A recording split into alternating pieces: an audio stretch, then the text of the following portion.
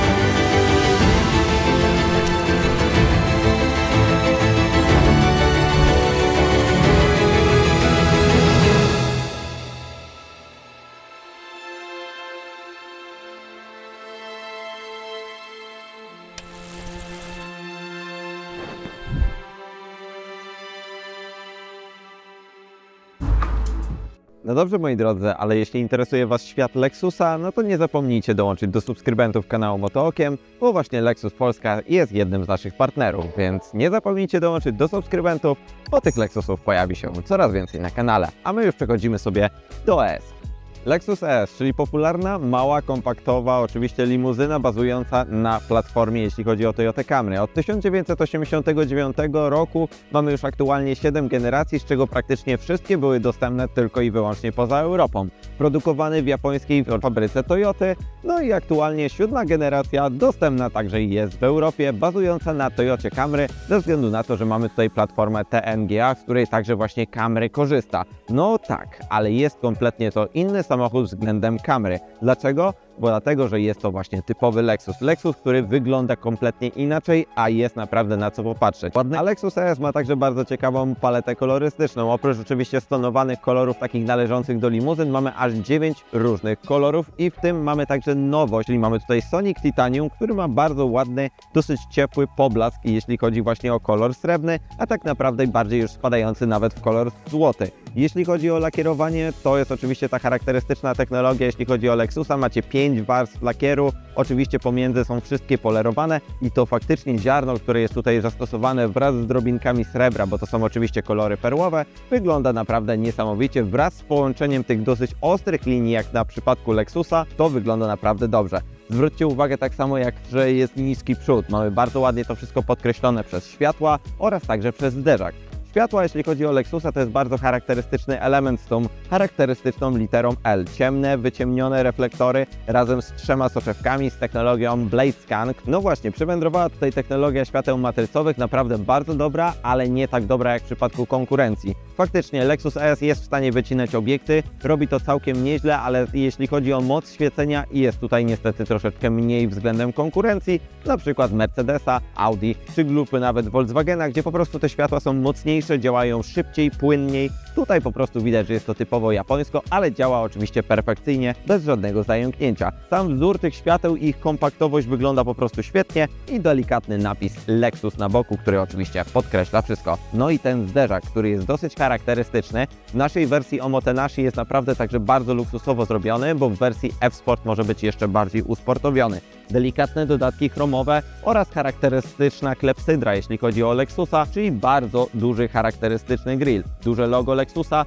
oraz także grill, który ma wykończenie w formie takiego szarego, matowego koloru z literkami L w środku. Rozciągający się na boki i podkreślony właśnie delikatnymi chromami, które po prostu wyglądają niesamowicie. Sam także przód jest naprawdę dosyć sporych wielkości oraz także podkreślony właśnie przez ostre przetłoczenia, jeśli chodzi o Lexusa ES-a. I to właśnie go dosyć mocno różni od Camry, na którym bazuje.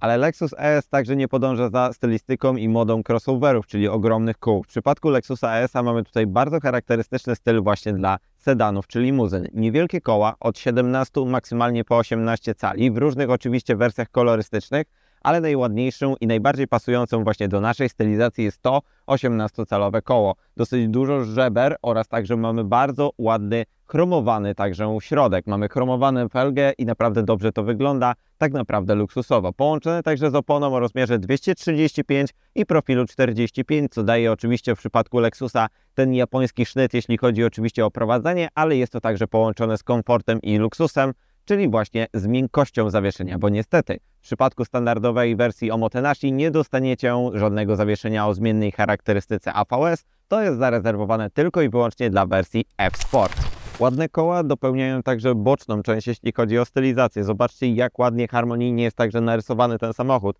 I zacznijmy sobie od takich mniejszych detali, na przykład tak jak lusterka. Lusterka w przypadku koncernu Toyoty najczęściej są dosyć duże, a te są dosyć smukłe, podzielone także kolorystycznie na dwa i przedzielone też takim bardzo ładnym chromowanym paskiem. I co ważne, są naprawdę opływowe, jeśli chodzi o aerodynamikę, dzięki czemu jest naprawdę cicho. Podwójnie klejone szyby boczne, podwójnie klejona przednia szyba, żeby było także ciszej w środku oraz także na samej górze szyberdach. Samochód, jeśli chodzi o OS-a, to nie jest dosyć wysoki samochód, 1,44 m wysokości, a jeśli chodzi o długość, ma tutaj 4,97 cm długości, co oczywiście plasuje ten samochód w naprawdę fajnej stawce, bo jest jednym z najdłuższych samochodów właśnie dostępnych w tej klasie. Jedynie dłuższe od niego jest A6 czy nowe BMW Serii 5. Warto także wspomnieć oczywiście o rozstawie osi, który także ma dać przestrzeń w środku. Tutaj 2,87 metra długości, jeśli chodzi o rozstaw osi, co pozwoliło także wydłużyć tylne drzwi i zwiększyć także miejsce z tyłu, jeśli chodzi właśnie o tych komfortowo przewożonych także pasażerów na tylnej kanapie. No i to przechodzi także sobie w tą charakterystyczną linię sedana, która jest oczywiście bardzo ładna, ale z tyłu jest jeszcze ciekawiej. No właśnie, i tylna część. Elitarny w każdym wymiarze, tak mówi właśnie nalepka. Bardzo długa, przyciemniona tylna szyba. Skrócony tył względem oczywiście charakterystycznego LS-a, w którym jeszcze jest dłuższa tylna część. Tutaj ma być bardziej kompaktowo.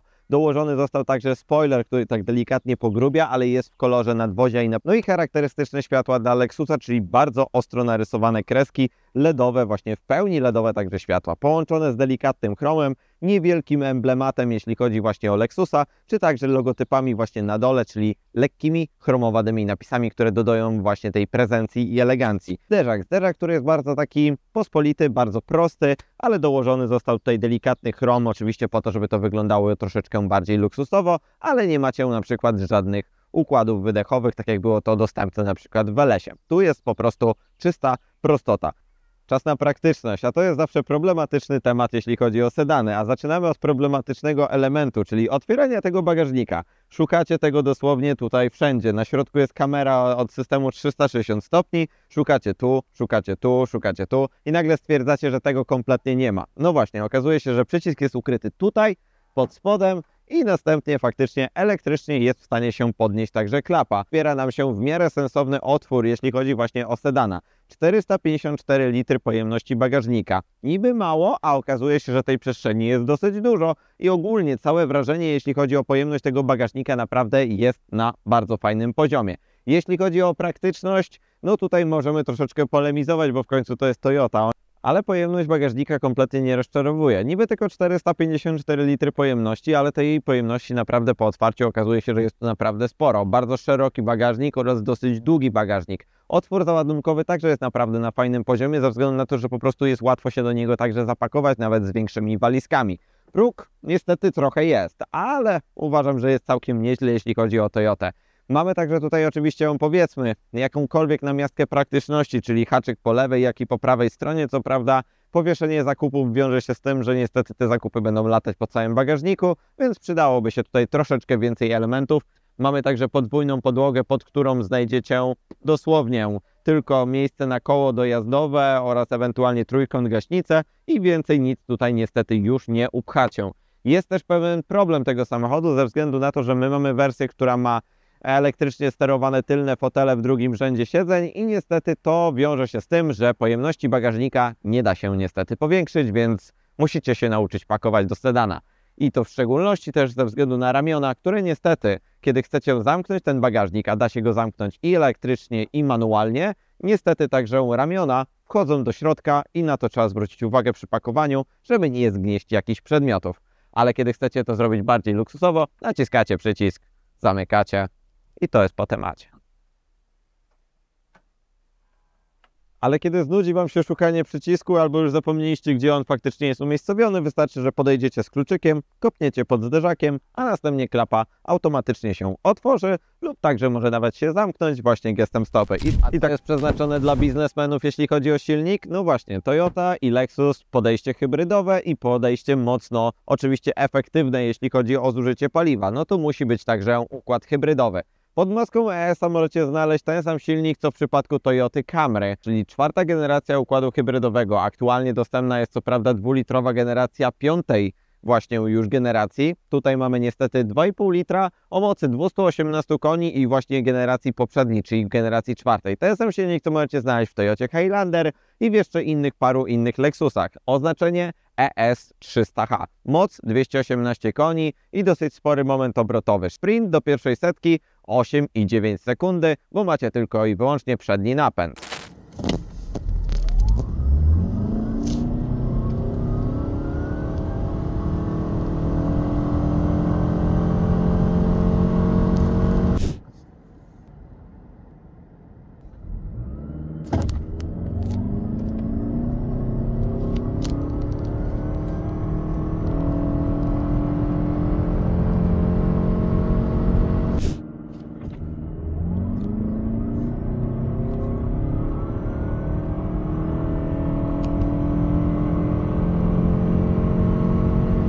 Gdybyście chcieli mieć coś innego, no to niestety musicie poszukać AS-a na rynku amerykańskim, ze względu na to, że wtedy tam występuje wersja z napędem 4x4 i wtedy nazywa się ES250. W Europie tylko i wyłącznie dostępny właśnie jest ten jeden silnik, który jest naprawdę bardzo mega oszczędny. Niskie spalanie w Lexusie ES-ie? Faktycznie się da. 2,5 litra zamontowane tutaj jednak ma lepsze efekty niż w przypadku Highlandera i macie 4,4 litra na spokojnej trasie takich 20 paru kilometrów, więc nie ma to jak Toyociarz wsiądzie do silnika z Toyoty. No faktycznie, Lexus ES jest w stanie naprawdę zrobić fajne wyniki. Tak, jadąc 130 km na godzinę, troszeczkę więcej jesteście w stanie wykorzystywać elektryki, która jest dostępna i macie spadek delikatnie w zużyciu paliwa. 5,4 litra, jeśli chodzi o trasę taką już dłuższą, około 300 km, udało się zrobić, więc uważam, że 5,4 litra jak na samochód takiej wielkości to jest naprawdę rewelacyjny wynik.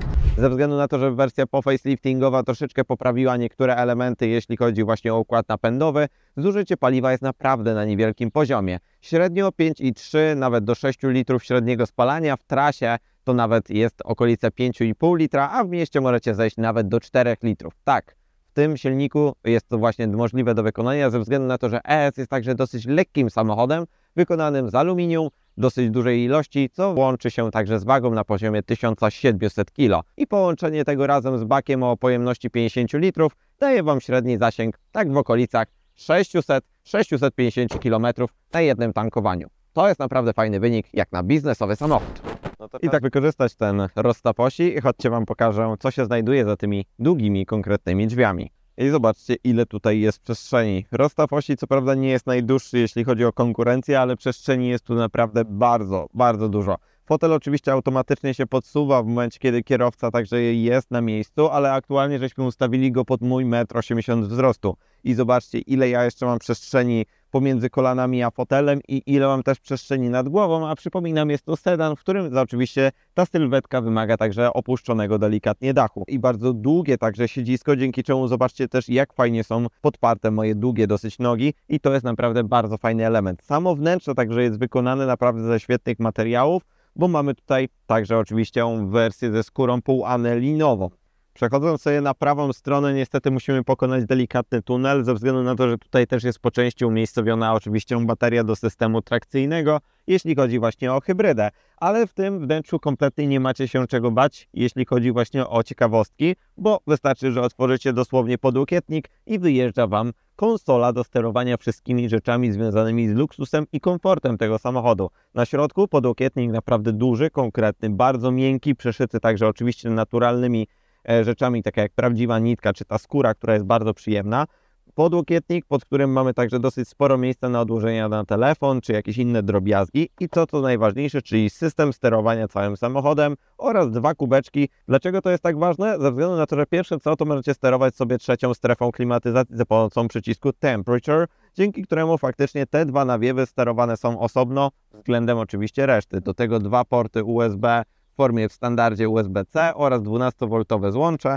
No i tu macie oczywiście zapewniony także prąd. Jeśli chodzi o fotele, macie także trójstopniowo podgrzewane fotele skrajne oraz także możliwość regulacji elektrycznej właśnie za pomocą przycisku właśnie kąta pochylenia, także jeśli chodzi o oparcie. Dodatkowo możliwość zasłonięcia sobie tylnej roletki, dzięki któremu zwiększacie jeszcze prywatność i tak samo na przykład zasłonięcia dodatkowych roletek, które są w drzwiach lub także właśnie nawet na tych mniejszych okienkach. Czy możliwość sterowania całym systemem multimedialnym typu podgłaszanie radia, zmienianie stacji, dodatkowo zmienianie także utworów. To wszystko możecie sobie sterować tutaj jako osoba, która faktycznie tutaj siedzi, czyli jako prezes. I tak ważnym elementem jest na pewno to, że Lexus kompletnie nie oszczędza na materiałach, nawet jeśli to jest tylny rząd. Tak samo miękkie boczki, tak samo miękka, przyjemna skóra, prawdziwa nitka oraz prawdziwy dekor, który jest oczywiście bambusowy w naszym przypadku. Identyczne materiały są wykończeniowe z przodu, jak i z tyłu i za to ogromny plus. No tak, ale prezes nie tylko musi jeździć z tyłu, ale także może w tym samochodzie jeździć z przodu. Po wejściu i naciśnięciu przycisku Power Lexus automatycznie dostosowuje się do Waszej postury, tak jak jest oczywiście to zapisane za pomocą elektrycznych foteli. A fotele to też jest bardzo fajny element, ze względu na to, że nasza wersja, oczywiście w wersji Omotenashi jest ten samochód, mamy dostępną także skórę półanelinową, czyli najwyższą wersję możliwą, jeśli chodzi właśnie o wykończenie środka. Macie dosłownie 5 różnych kolorów wnętrza oraz właśnie możliwość wykończenia właśnie za pomocą tej wysokiej jakości skórą. I to naprawdę czuć. Oprócz tego, że podłokietniki, wszystkie elementy są ubite w skórze, to fotele są naprawdę bardzo przyjemne. Są naprawdę wygodne oraz są także bardzo miękkie w dotyku. Ta skóra jest bardzo przyjemna, jeśli chodzi właśnie o kontakt z ciałem. Niesamowite te fotele są ze względu na to, że dosyć mocno różnią się względem Toyoty. Są o wiele lepiej zaprojektowane. Dłuższe jest siedzisko oraz także o wiele lepiej wyprofilowana jest górna część fotela. Dlaczego mówię o siedzisku?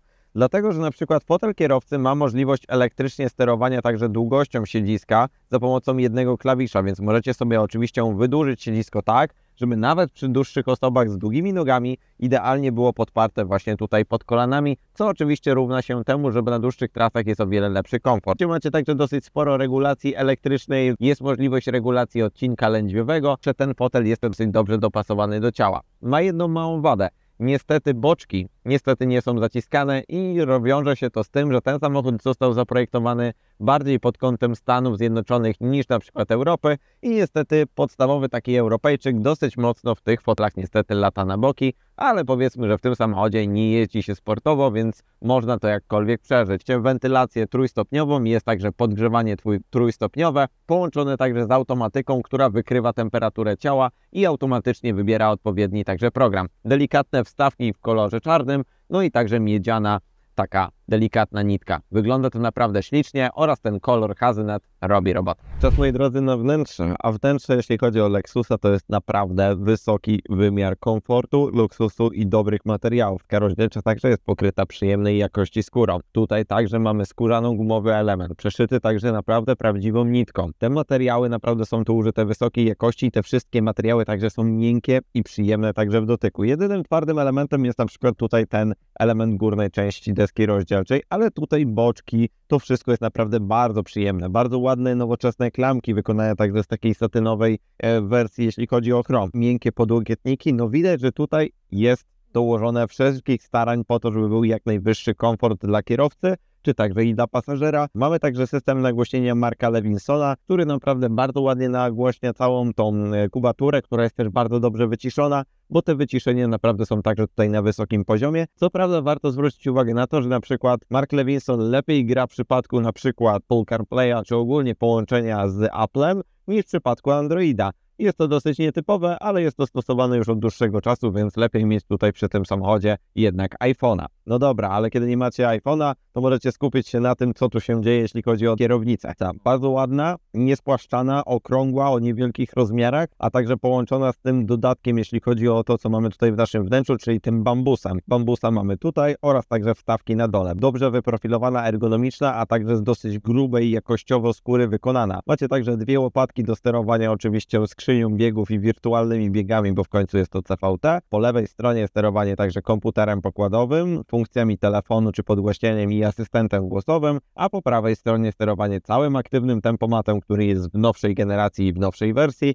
oraz sterowaniem oczywiście swoimi ulubionymi piosenkami. A przed oczami kierowcy mamy także dosyć taką analogową wersję dosyć prostych zegarów. Po prawej stronie standardowa wskazówka do paliwa, czy także do temperatury silnika, a po lewej stronie komputer pokładowy. I tu jest trochę niestety widoczny czas i ząb, jaki niestety ten samochód już ma generacyjnie, bo komputer jest zaciągnięty z Toyoty Yaris z 2015-16 roku i niestety jest także tylko i wyłącznie dostępny w języku angielskim. Dosyć dużo tutaj jest opcji, funkcji, ale niestety wygląda już to troszeczkę przestarzale. No i także ta tarcza, taka trochę bardziej przypominająca na przykład Lexusa LC500 czy LFA, która oczywiście jest wirtualnym wyświetlaczem, który za pomocą tych czułenek, które są tutaj zastosowane, czyli lewej do wyłączenia kontroli trakcji oraz prawej do zmiany trybów jazdy, możecie zmieniać sobie grafiki włącznie właśnie z trybami jazdy. W trybie Sport macie obrotomierz, który jest bardzo fajny i interaktywny. W trybie Normal już taką bardziej futurystyczną trochę grafikę, ale prędkość jest także wyświetlana na szybie. No właśnie, head-up display, który jest dosyć duży, powiększył się trochę, ma naprawdę fajną rozdzielczość i podpowiada także jeśli chodzi o nawigację, lane assist, czy też włącznie oczywiście z aktywnym tempomatem też współpracuje, więc dla kierowcy jest to naprawdę bardzo wygodnie oraz tak ergonomicznie wszystko zrobione. A ergonomii nie można tutaj kompletnie odmówić, jeśli chodzi o środek i centralną część deski rozdzielczej, bo tutaj do wszystkiego dosłownie jest fizyczny przycisk. To jest coś, co dzisiaj już niestety dosyć mocno odchodzi do lamusa, jeśli chodzi o nowoczesne samochody, to tutaj nawet mamy analogowy, fizyczny, dosłownie też zegarek. Bardzo ładny, podświetlany w nocy z napisem Lexus, zawsze wiecie, która jest dosłownie godzina. Duży ekran, który na środku przewędrował, jest o wiele większy, 12,5 cala. Teraz mamy z systemu Lexus Link, który jest o wiele bardziej interaktywny, działa o wiele sprawniej i o wiele także szybciej. Jest to nowa generacja razem z nowym systemem oraz z nowymi bebechami także w środku, więc to robi na pewno sporą różnicę. Grafiki są delikatnie lepsze niż w przypadku Toyoty. No i pojawił się system Apple CarPlay, który po prostu jest za pomocą bezprzewodowości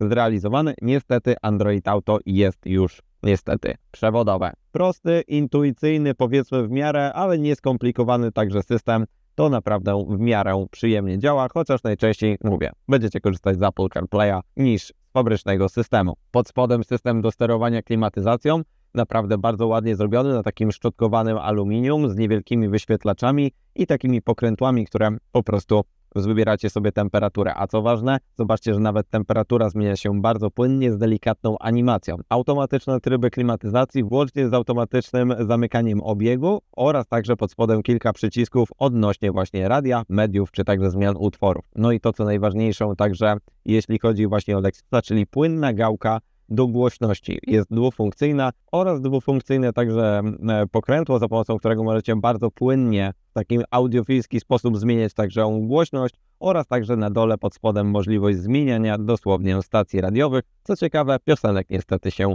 nie da już tak zmieniać. Spodem sterowanie także roletką oraz tryby związane z ogrzewaniem czy wentylowaniem foteli, włącznie z trybami automatycznymi. Mała kieszonka na jakieś wasze drobnostki, dwa dosyć sporej wielkości cup holdery oraz taka mała klapka. Po jej otwarciu macie jeden port USB-C oraz drugi w standardowej formie USB-A, na przykład do Android Auto, wybierak skrzyni biegów, przycisk odnośnie holda oraz EV Mode i dosyć spora ładowarka indukcyjna, która oczywiście bardziej podgrzewa telefon niż go ładuje, ale to już powiedzmy standard. I podłokietnik, który jest bardzo fajnie obity oraz także wyciągnięty nawet tutaj do tej części, tak żeby pasażer miał do niego dostęp, bo właśnie otwiera się także na prawą stronę, jak i na lewą stronę, więc każdy z pasażerów może z niego skorzystać. Tutaj dwa porty USB-C oraz złącze 12V. I tak to właśnie wygląda. Przyjemne wykończenie, jeśli chodzi o podsufitkę oraz także możliwość sterowania tym szyberdachem, który właśnie występuje w formie otwieralnej lub także uchylnej. I to robi największe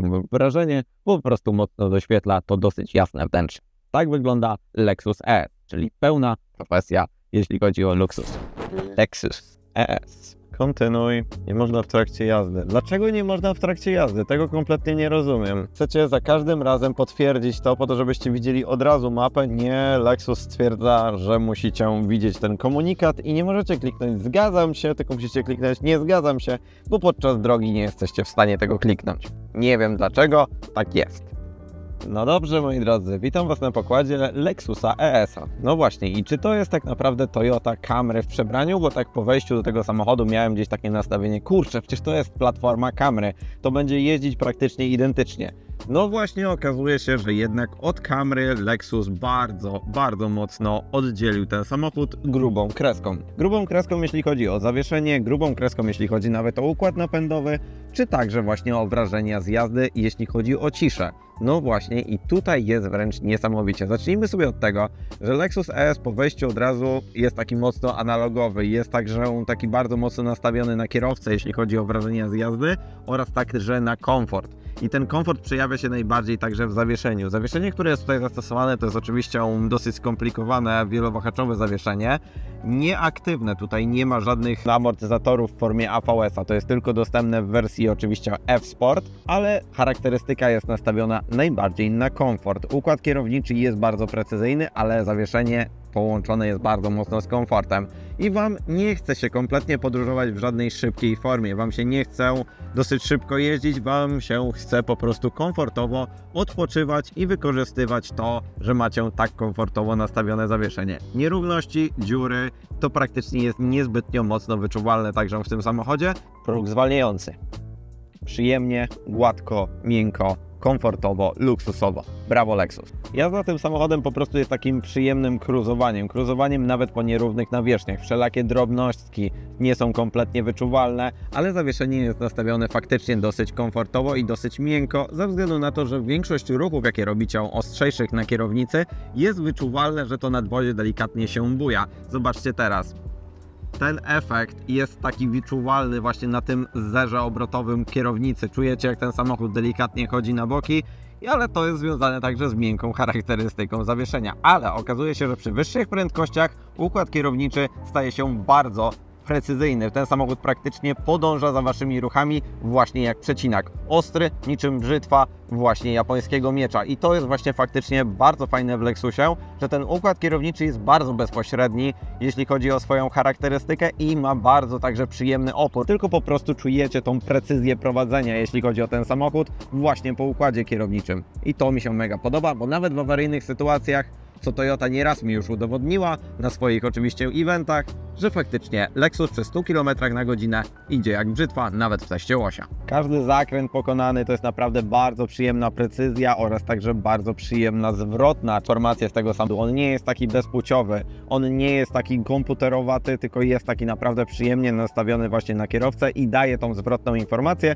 No tak, ale samo wnętrze, sam luksus, komfort zawieszenia to oczywiście nie jest wszystko, co oferuje Lexus. Lexus, jeśli chodzi o bazę, czyli właśnie Toyota Camry, zabrał tutaj silnik 2,5 litra, który faktycznie jest dosyć głośnawy, jest także dosyć niestety wpadający w wyjącą obroty ze względu w szczególności na skrzynię CVT, ale tutaj zostało to zmienione. Lexus kompletnie przeprogramował układ sterowania tym silnikiem oraz także skrzynia biegów też jest troszeczkę inaczej sprogramowana i jest bardziej komfortowo sprogramowana i nie słyszycie ją, w szczególności przez to, że jak zamkniemy sobie okno panoramiczne, które mamy na górze, staje się tu bardzo cicho. No właśnie, i tutaj tej ciszy nie można także przerwać, na przykład silnikiem 2,5 litra, 218 koni, dosyć spory moment obrotowy i hybryda, która naprawdę bardzo fajnie napędza, bo naciskacie pedał przyspieszenia i faktycznie ten samochód bardzo szybko się zbiera. Co prawda jest delikatny efekt łódki podnoszenia się ze względu na to, że jest to tylko przednionapędowy samochód i po prostu ten efekt musi gdzieś delikatnie wystąpić. Ale reakcja na pedał przyspieszenia jest naprawdę bardzo fajna i wtedy, kiedy chcecie naprawdę wyprzedzić, naciskacie pedał przyspieszenia, włączacie kierunkowskaz.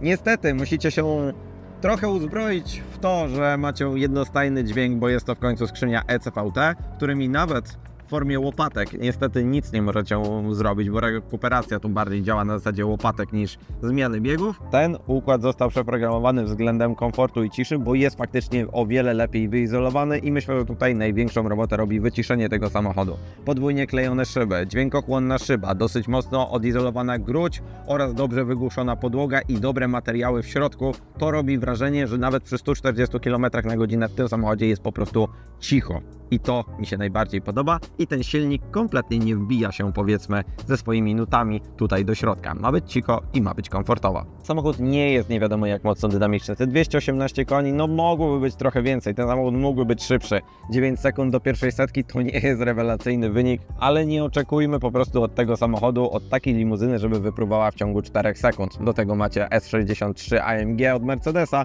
a nie ES-a. Tutaj ma być oszczędnie i oszczędność jest tutaj też niesamowita, bo ten sam silnik występuje w Highlanderze i pali o wiele więcej. Okazuje się, że jest naprawdę ekonomicznie. Średnie spalanie z całego naszego dystansu, jaki pokonaliśmy, czyli prawie 2000 km, jest na poziomie okolicy 6 litrów. Tak, maksymalnie 6 litrów średniego spalania. W mieście udało mi się zejść nawet do 4 litrów średniego spalania spokojnie jeżdżąc, a na autostradzie 5,3 do 5,5 w zależności oczywiście od prędkości. Bliżej 140 liczy się, że będzie to okolica 5,8. Co prawda jest to 4. generacja układu hybrydowego, a nie 5. I tutaj niektóre rzeczy widać to już, że po prostu generacyjnie mógłby być to nowszy silnik. Miałby wtedy lepszą reakcję na pedał przyspieszenia, byłby jeszcze bardziej ekonomiczny. Ale uważam, że i tak tutaj ta ekonomika jest naprawdę świetna. Ten samochód nastraja Was do takiej bardzo komfortowej jazdy, nastraja Was do tego, żebyście cieszyli się z niższych prędkości, żebyście cieszyli się z tego, jakie tutaj jest nagłośnienie, czyli w formie Marka Lewinsona, żebyście cieszyli się tym komfortem, który macie oraz tymi fotelami, które są naprawdę wygodne na dłuższej trasie i są bardzo miękkie oraz mają sporo regulacji. I tak, to jest naprawdę bardzo duża różnica względem Toyoty i nie można powiedzieć o tym, że Lexus ES to jest po prostu Toyota Camry w przebraniu.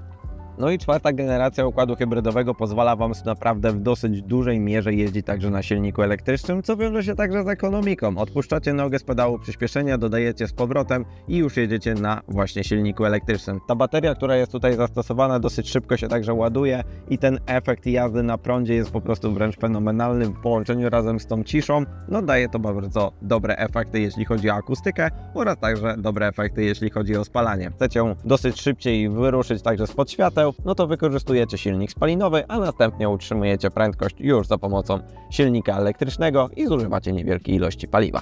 Czy jesteśmy w stanie chociaż trochę tego sportu wyciągnąć z Lexusa? Faktycznie, kiedy przekręcicie to pokrętło w formie trybu sport, włącza się silnik elektryczny i włącza się silnik spalinowy. Jest wtedy bardziej nastawiony na jakieś dynamiczniejsze jazdy, ale niestety zawieszenie wtedy, kiedy nie macie APS-a, staje się troszeczkę za bardzo galaretowate. Ale nie zmienia to faktu, że mamy wtedy lepszą reakcję na gaz. Ten samochód o wiele lepiej także przyspiesza, więc możecie nawet zaskoczyć niejedną osobę spod świateł, że nawet taki Lexus jest w stanie wypróć fajnie sobie do przodu. Jeśli chodzi o systemy autonomiczne, też są naprawdę na świetnym poziomie. Widać, że Toyota tutaj podeszła z nowszymi generacjami, jeśli chodzi o Lexusa ES-a po liftingu i te systemy o wiele lepiej działają. Utrzymanie na pasie ruchu, wszystkie systemy związane z bezpieczeństwem także są tutaj zastosowane, a nawet i kamera 360 stopni jest o wiele lepszej jakości niż była wcześniej dostępna, jeśli chodzi właśnie o Lexusa.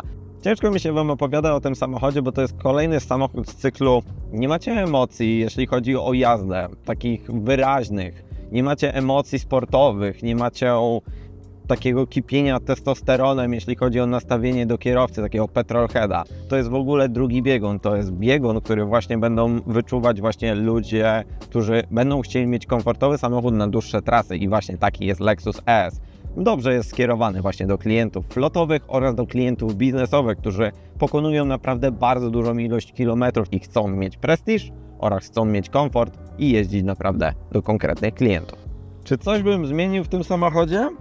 No właśnie okazuje się, że nie, bo Lexusy to jest taka półka wyżej względem Toyoty, to jest półka wyżej pod względem ekonomicznym, pod względem technologicznym oraz także pod względem ergonomicznym, jeśli chodzi właśnie o klienta i to najbardziej widać. Wszystkiego rodzaju przyciski, wygoda korzystania z tego, wszystko jest na swoim ergonomicznym miejscu i to mi się naprawdę bardzo mocno podoba.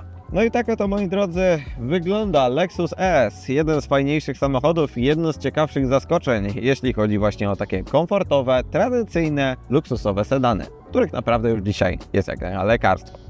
Ale Lexus nadal się broni. tym, co potrafi najlepiej, czyli konstruować naprawdę fajne, przyjemne w jeździe, komfortowe samochody. No i tak oto, moi drodzy, wygląda Lexus ES, który naprawdę bardzo pozytywnie zaskoczył naszą ekipę ze względu na to, że jest bardzo komfortowym, bardzo wygodnym, tradycyjnym samochodem, który jest naprawdę oszczędny. Idealnie skrojony pod naprawdę dosyć biznesowych klientów oraz właśnie floty, które potrzebują samochodów oszczędnych, wygodnych, do robienia naprawdę długich tras, które faktycznie w tym samochodzie spędza się w tym czasie po prostu niesamowicie wygodnie. Bardzo komfortowo, wygodne fotele oraz całe nagłośnienie oraz cisza, która jest w środku, robi niesamowite wrażenie właśnie kiedy macie Lexusa. Samochód przeznaczony dla osób, które naprawdę chcą mieć tradycyjną wersję, nie potrzebują nowoczesnych gadżetów w formie światełek, takie jak są dostępne w Mercedesie, tylko potrzebują komfortu, luksusu oraz także dobrych materiałów we wnętrzu oraz ciszy. I to właśnie jest świetny przedstawiciel,